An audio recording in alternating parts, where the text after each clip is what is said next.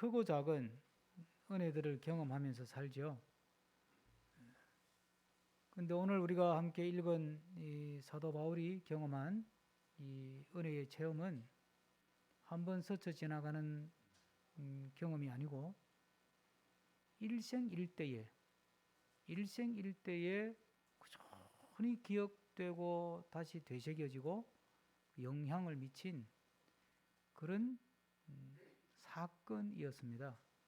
그래서 이 사도행전에 보면 바울이 예수님 만나는 이야기가 거기에 3번 나옵니다. 이 사도행전 자체가 바울의 이야기잖아요. 기록은 누가가 했지만 사도 바울이 복음을 받고 복음을 전하러 다니는 이야기니까 결국은 사도 바울의 자전적 이야기라 할 수 있는데 그 이야기가 특히 이제 다메섹에서 예수님 만난 이야기를 3번을 소개하는 거예요. 이제 9장에서는 자기가 처음 만났던 경험을 그대로 이야기하는 것이고 오늘 22장에서 흥분한 무리들 앞에서 내가 어떻게 그리스도인이 되었는지에 대해서 간증 차원에서 또 고백 차원에서 이야기를 쭉 풀어내는 거예요. 그래서 사도 바울이 예수님을 만난 이야기를 소개하는 중에 가장 분량이 많은 분량이에요. 오늘 22장에 나오는 사도 바울의 회심 이야기가. 그 다음에 이제 26장에 가면 또 한 번 이야기를 해요. 아그리파 왕 앞에 기독교 신앙에 대해서 예수 믿음에 대해서 변론하면서 또 짤막하게 또 이야기를 또 합니다.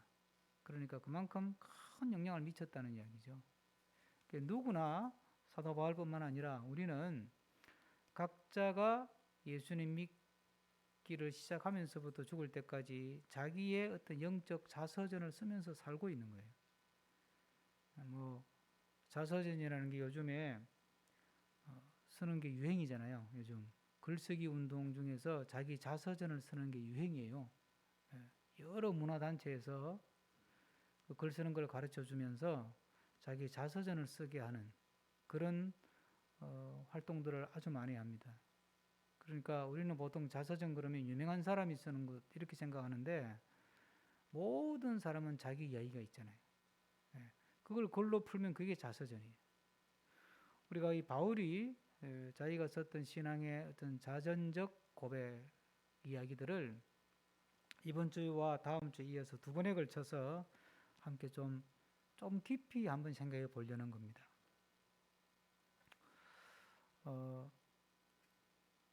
이 심리학자들이나 이런 교육학자들은 이런 사람들은 이 바울이 예수님 만난 요 대목을 굉장히 많이 연구를 합니다.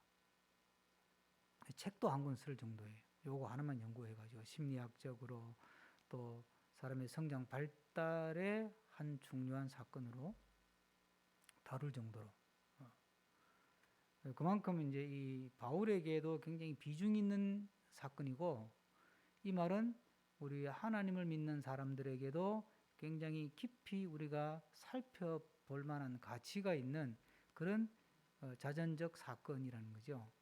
그래서 우리가 이 이야기를 통해서 우리도 결국은 나의 신앙의 자서전을 쓰면서 살아가는 사람들인데 나의 신앙의 자서전이 하나님 보시기에도 아름답고 또 나 자신에게도 정말 뿌듯한 그리고 내용이 있고 보람이 있는 그런 믿음의 자서전을 써가는 우리가 되기를 소망합니다. 어떤 교인이 버스를 타고 가다가 갑자기 혀가 꼬이는 거예요. 혀가 꼬이더니 입술이 떨려. 그러면서 자꾸 입에서 이상한 말이 나오는 거예요. 놀래가지고 입을 칵 다물고 그도 뭐 들은 말이 있어가지고 가까운 교회로 달려갔어요. 교회 가서 의자에 앉자마자 막 입에서 룰루라고 방언이 터져나온 거예요. 교회도 안 다니는 사람입니다. 이때부터 이 사람이 이제 예수를 믿기 시작을 했어요. 어떤 사람은 자동차 렌트를 했는데 운전을 해서 가는 중에 라디오를 틀어야 되겠다고 라디오를 틀었는데 앞에 렌트했던 사람이 기독교인이었던가 봐. 그 라디오를 틀었는데 이제 기독교 관련 방송이 나왔어요. 그 이제 노래가 나오니까 뭔 노래인가 하고 이제 교회를 안 다니는 사람이니까 뭔 노래가 나오지? 그리고 그러니까 노래가 기독교 개통 노래가 잔잔하고 은혜스럽잖아요. 마음을 편안하게 해주고. 그러니까 이제 조금 들으면서 갔어. 근데 갑자기 그 노래를 듣고 있는데 마음이 후끈하고 뜨거워지더니 가슴이 울컥해지는 게 눈물이 자꾸 나는 거예요. 이게 뭔가? 그랬더니 이게 기독교 노래야. 그래 이제 친구한테 전화를 했지. 친구 생각이 나가지고, 야, 내가 이게 지금 차 렌트해서 운전해서 가는데야 이상한 노래를 들었는데 이게 막 눈물이 자꾸 난다. 이거 어떻게 된 거야? 그랬더니 그 친구가 하는 말이, 이야, 아무개야, 예수님이 이제 너를 만나 주셨구나 이러는 거야. 이런 똑같은 사건이 바울에게 있었던 거예요. 바울에게. 오늘 본문 6절을 한번 보십시오. 6절에 보면 바울이 예수님 만난 이야기를 하면서 아주 중요한 단어를 하나 소개를 해요. 6절에 같이 한번 읽어보실까요? 가는 중 다메섹에 가까이 갔을 때에 오중쯤 되어 호련히 하늘로부터 큰 빛이 나를 둘러 비치매. 호련히라는 말이에요. 호련히. 이게 불현듯이 이런 뜻이 있잖아요. 호련히. 이게 불현듯이 갑자기 예상치도 않았는데 갑자기 정오니까 해가 중천에 떴을 텐데 그런데 이 햇빛을 누를 만큼 밝은 환한 빛이 비치더라는 거예요. 그 빛이 쫙 내리쬐면서 무슨 소리가 들리는 거야. 그러니까 이게 바울은 이걸 기록하면서 이 호련히라는 단어로 이걸 표현해요. 이 헬라어인데 이 호련이라는 단어에는 두 가지 뜻이 있어요. 하나는 갑자기라는 뜻이 있고 하나는 눈 깜짝할 사이에라는 뜻이 있어요. 갑자기 눈 깜짝할 사이에 빛이 확 비치고 막 음성이 들리는 거죠. 이걸 영어에 이런 현상을 설명하는 아주 유명한 단어가 하나 있어요. 젊은이들이 아는 유명한 단어, 세렌디피티라는 세렌디피티. 불현듯이 뭔가 딱 좋은 아이디어가 떠오르거나 갑자기 뭔가 이렇게 뜻밖의 뭔가를 딱 찾아내고 이런 걸 이제 깨닫게 되는 이런 걸 세렌디피티라고 하는데 그런 일이 이 바울에게 일어난 거예요. 이 말은 하나님의 은혜는 이 정형화되어 있지 않다는 거예요. 우리가 생각할 때 우리가 만난 하나님이 있잖아요, 그죠? 여러분들이 또 기도하고 찬송하고 예배하고 믿음 생활을 해오면서 체험하는 은혜들이 있잖아요. 근데 내가 은혜 받는 모습하고 다른 사람이 은혜 받는 현상이 같을 때도 있고 다를 때도 있습니다. 그 말은 하나님은 굉장히 다양한 형태로 은혜를 주시는데 정형화할 수 없구나 하는 거 우리가 먼저 생각을 해야 되겠죠. 그런데 여기서 중요한 거는 호련히 역사한다. 호련히 불현듯이 갑자기 생각지도 않았는데 운전하고 가다가 길 가다가 밥하다가 뭐 그런 이야기 많이 듣잖아요. 책 읽다가 뭐 또는 예배 드리다가 뭐 이렇게 갑자기 생각지도 않았는데 야곱이 형을 속이고 장자권을 뺏고 나서 형이 그냥 죽이겠다고 덤비니까 이제 도망을 가죠. 외삼촌 집으로 도망을 가는데 도망을 간다고 가다가 이제 베델이라고 하는 지역을 지나가게 됐는데 그 베델이라는 지역이 언덕이에요. 언덕. 그 언덕을 지나가다가 이제 날이 어두워가지고 1박 했어 거기서. 자는데 밤에 이제 사다리 환상이 보이면서 하나님이 나타난 거지. 그래서 야곱이 놀래가지고 창세기 야곱이 이 장면을 뭐라고 표현하느냐면 주께서 여호와께서 과연 여기에 계시는데 내가 알지 못하였구나 이렇게 이야기해요. 여호와께서 과연 여기 계시거늘 내가 알지 못하였도다 이렇게 고백을 해요. 그동안의 야곱은 하나님은 아버지가 제단을 쌓을 때 아버지 이삭이나 할아버지 야곱 아브라함이나 이런 분들이 돌 제단을 쌓아서 짐승 희생 제사를 드리고 막 연기가 올라가고 불꽃이 올라가고 그럴 때 하나님이 콱 내려오셔가지고 음성을 들려주시거나 때로는 제단에 제물을 태워주시거나 뭐 이런 그런 경험만 했는데, 자기는 지금 도망가는 이제 신세로 안전하게 어떤 외산준치까지 가는 게 이제 중요한데, 그런데 가다가 자는데 갑자기 확 은혜가 확 임해버린 거예요. 갑자기. 그러니까 이렇게도 하나님이 은혜를 주시네. 여기서도 하나님을 만날 수 있네. 이런 걸 깨닫게 되는 거죠. 그러니까 하나님의 역사는 언제 어디서 어떻게 터질지 모르는 거예요.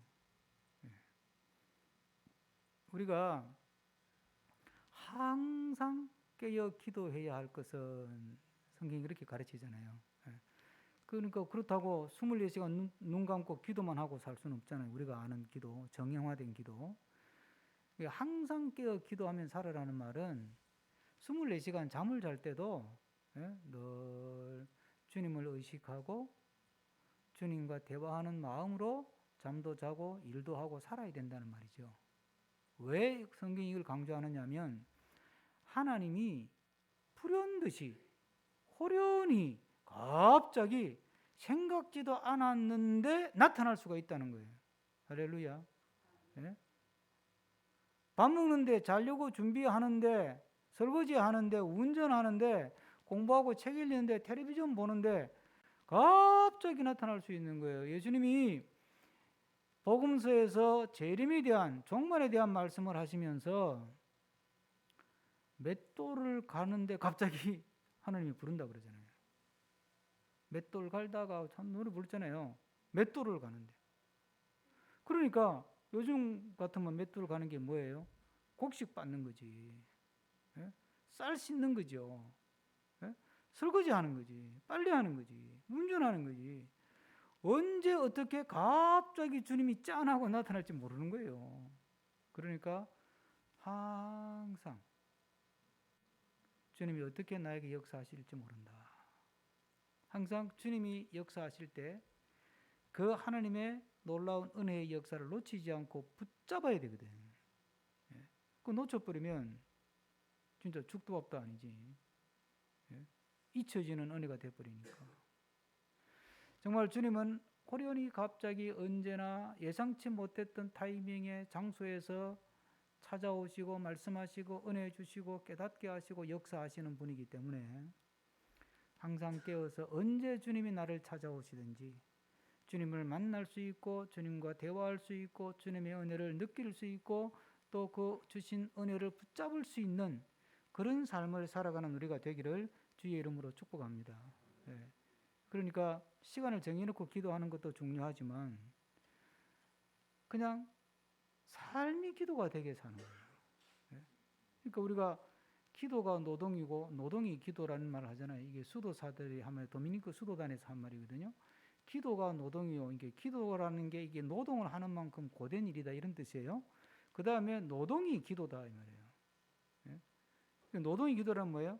노동을 하면서 설거지하면서 운전하면서 일하면서 공부하면서 내 마음은 주님과 소통하고 내 마음은 주님과 대화하고 내 마음은 주님의 임재를 느끼면서 그 일을 하는 거예요. 그게 우리가 살아야 될 믿음의 삶이에요. 그러면 거기서 우리가 주님의 음성을 듣고 주님의 인도하심을 경험하고 주님의 축복을 누리는 삶을 살게 되는 줄로 믿습니다. 우리가 자꾸 이제 기도 생활을 도 닦는 데 자꾸 비유하는 거예요. 도 닦는 거는 집에서 닦는 게 아니고 도 닦으러 가잖아요. 산에 가가지고. 그러니까 기도는 예배당 가서 기도원 가서 기도하는 거다. 이런 어떤 이상한 공식이 들어와가지고 우연히 불현듯이 호련히 생각지 못했던 장소에서 생각지 못하는 상황에 생각지 못했던 시간에 나를 찾아오시고 은혜 주시는 것을 우리는 놓치는 거예요. 늘 깨어 있어서 내 영적인 주파수가 주님께 딱 맞추어져 있으면 주님이 방송을 착 내보내면 바로 탁 캐치하고 주님과 소통할 수 있는 그런 삶을 통해서 우리의 삶 속에 더 하나님이 깊이 개입하시고 간섭하시고 말씀하시는 삶을 살아가는 우리가 되기를 축복합니다. 근데 이 찾아와셔가지고 이 예수님과 바울이 나누는 대화를 보면 대화가 아주 간단해. 딱 세 문장이에요. 세 문장. 그 빛이 쫙 비치고 어떤 소리가 들리니까 무슨 소리인지 잘 모르겠고, 그러니까 이제 바울이 7절에 탁 내뱉은 말, 예수님이 찾아오셔가지고 바울을 탁 부르시는 말이 뭐냐면, 그때 이름은 사울이니까, 사울아 사울아 너가 왜 나를 못 살게 구냐 그랬어요. 그러니까 이제 이 바울이 누구예요? 이렇게 물었다. 누구예요? 이렇게. 이게 우리 성경에는 주여 누구시오니까 이렇게 되어 있는데, 이거는 이제 그 문어체로 이렇게 번역을 한 건데, 이 다른 번역 성경을 보면 주여가 아니고 선생님 누구예요? 그냥 영어로는 Who are you? 이렇게 누구세요? 누가 부르니까 누가 말을 거니까 누구세요? 이런 거지. 운전하는데 갑자기 뭔가 마음이 울컥해진다? 그럼 누구세요? 이런 거죠. 예수님이 누군지는 모르니까. 예? 집에 일하다가 뭔가 마음이 좀 이렇게 감동이 오고 이렇게 느낌이 좀 그렇다 싶으면 누구세요? 이렇게. 그러니까 누구세요? 이러니까 예수님이 나는 너가 괴롭히는 박해하는 나사렛 예수다. 이러고 대화가 끝나버려. 이것도 생각할 부분이 많아요. 그죠? 이 부분은 이제 다음 주에 한 번 더 좀 더 생각할 부분이 있고요. 근데 여기서 우리가 이제 중요한 것은 바울이 비로소 이 대목에서 예수님을 처음 대면한다는 거예요. 네. 그동안에 예수님 이야기를 많이 들었지. 그렇죠? 많이 듣고 예수님은 하나님을 모독했다더라, 뭐 경건하지 않다더라, 막 그런 말을 많이 듣고, 예수님에 대해서 많은 정보를 가지고 그러고 들어보니까 저 예수는 나쁜 사람이네. 그러니까 예수 믿는 사람은 잡아 넣어야 되겠네.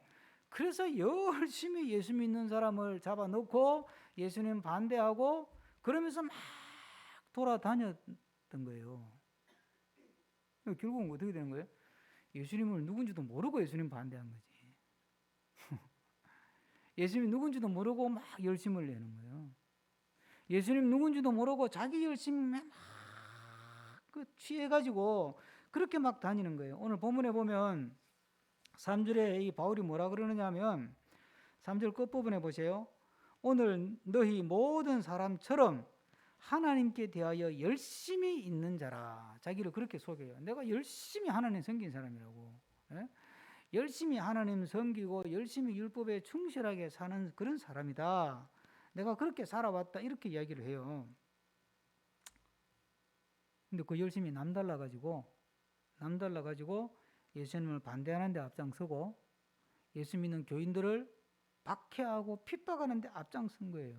그러다가 갑자기 어느 순간에 생각지도 기도하지도 않았는데 갑자기 다메섹 가는 길에 예수님이 나타나가지고 너 왜 나를 괴롭히냐? 누구세요? 뭐, 네가 괴롭히는 나사렛 예수다. 이러고 대화가 끝나는 거예요. 이 짧은 대화지만 여기서 비로소 바울이 예수님을 대면하게 되더라는 거지. 여기 아주 중요해요. 예수님을 대면하고 나니까 이 바울이 생각이 많아지는 거지. 다음 주에 한 번 더 생각해 보게 좀 보세요. 우리가 보통 은혜 받는 사람 간증 들어보면 이제 누가 갑자기 빛 가운데 나타나가지고 너 왜 나를 괴롭히냐? 누구세요? 내가 예수다. 그러면 아이고 주님 잘못했습니다. 용서해 주시옵소서. 저를 죄입니다 하고 막 회개하잖아요. 근데 그런 장면이 안 나오잖아. 바울은 회개하고도 남을 사람이지. 예수 믿는 사람 그렇게 잡아 죽였는데. 근데 회개하는 장면이 안 나와요. 이것도 신기한 거예요. 네. 이건 다음 주에 한번 생각해 보고요. 자, 이렇게 예수님을 딱 대면한 거지. 처음으로. 그동안 알았던 것은 피상적인 것이었고 전에 들은 이야기고 이렇게 예수님을 딱 대면해 보니까 비로소 내가 보이는 거예요. 누구세요?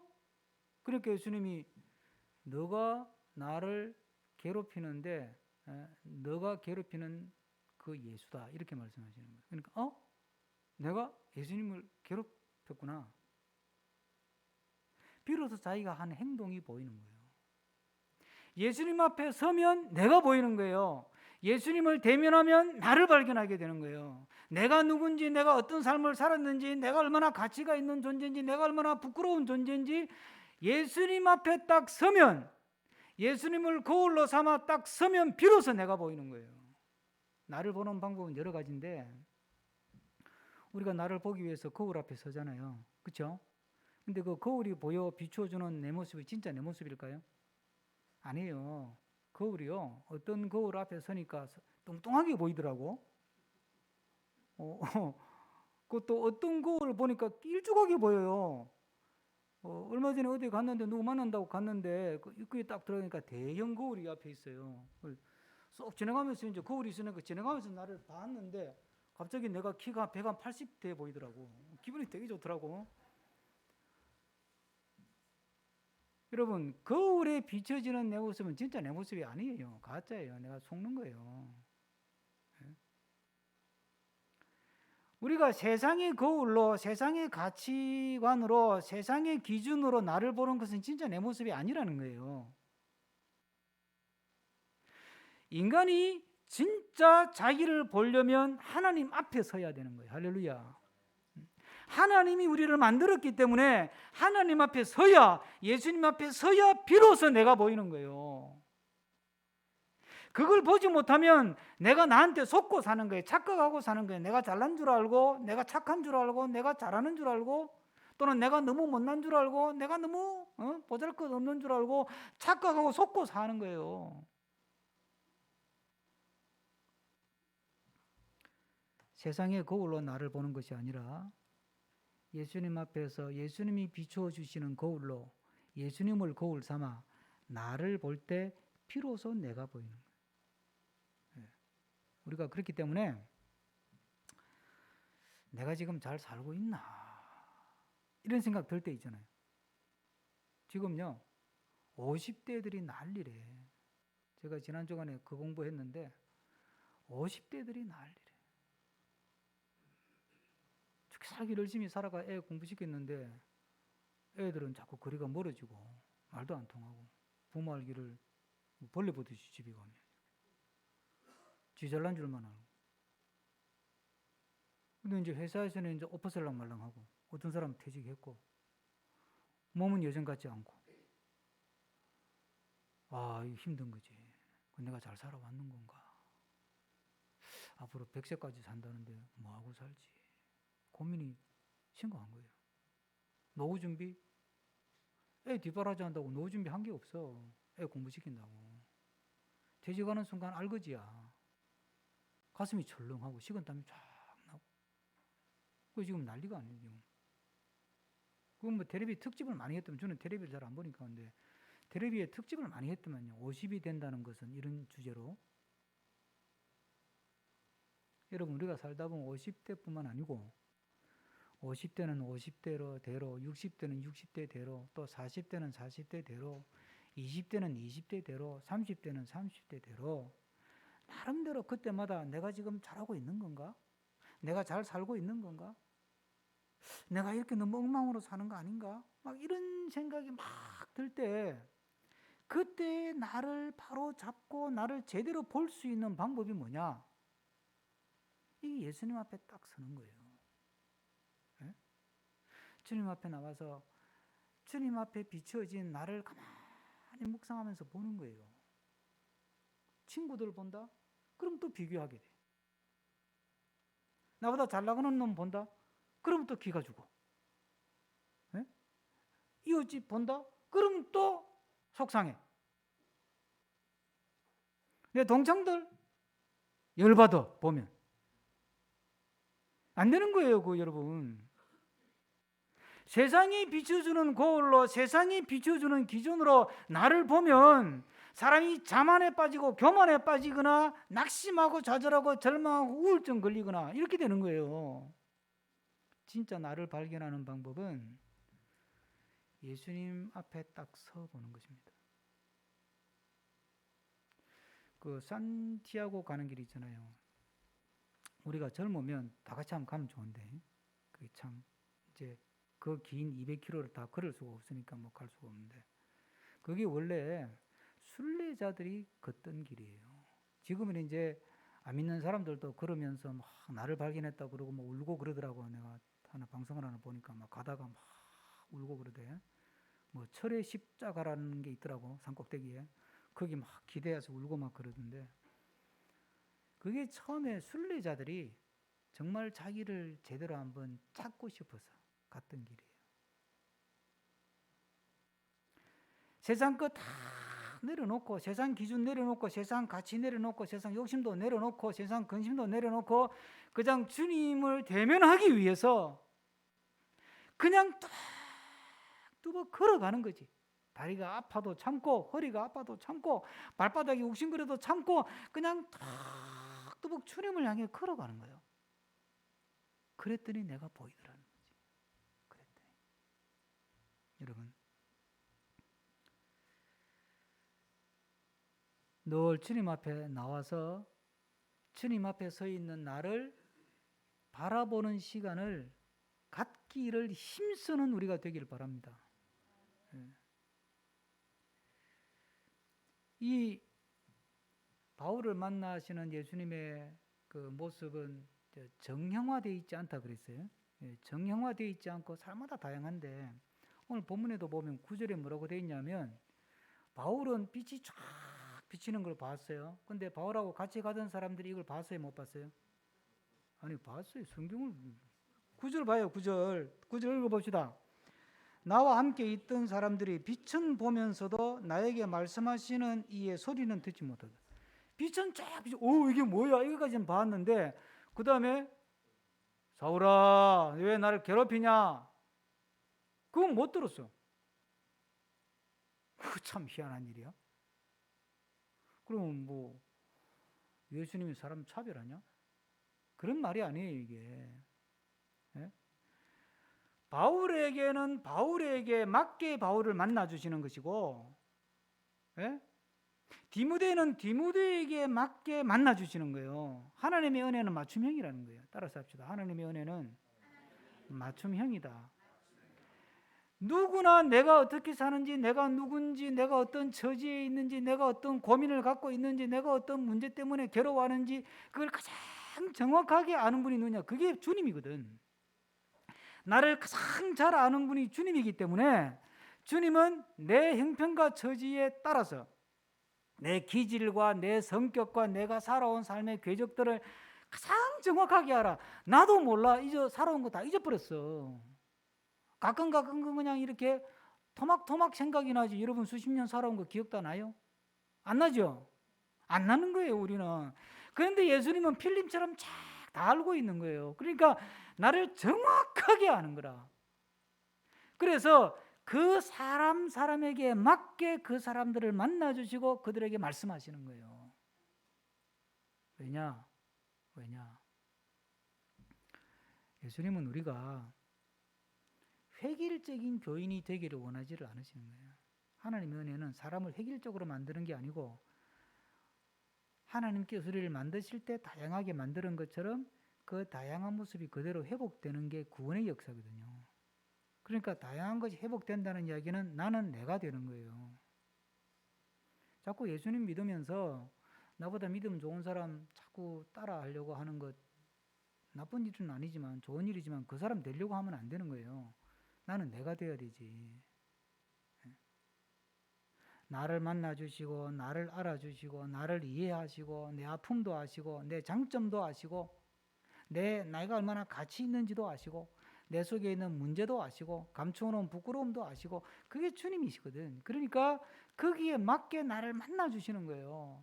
그래서 너는 너가 되라는 거예요. 너가 되라.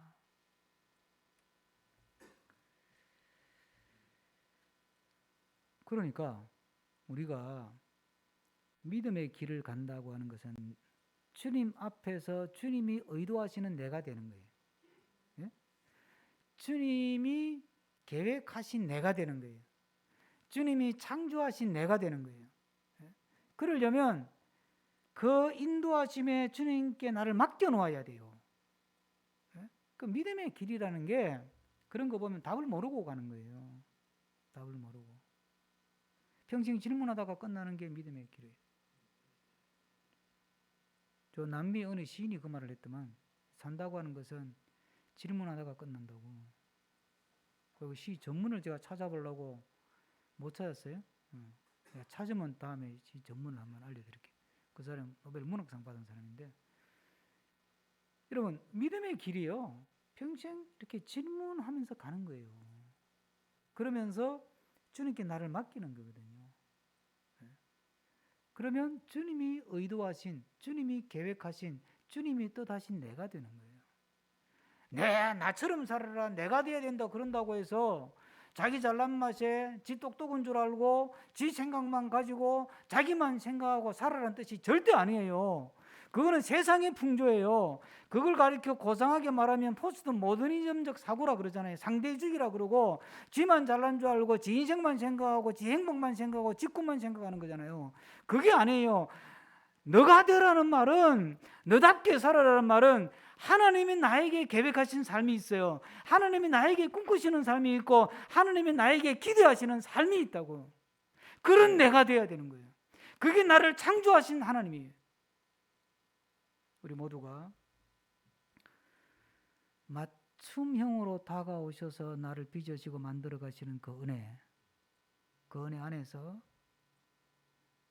늘 주님이 기대하시고 의도하신 그런 가장 나다운 나의 삶을 살아가도록 나를 주님의 이끄심에 맡기고 늘 주님의 인도하심을 따라 살아가는 우리가 되기를 주의 이름으로 축복합니다. 기도하겠습니다.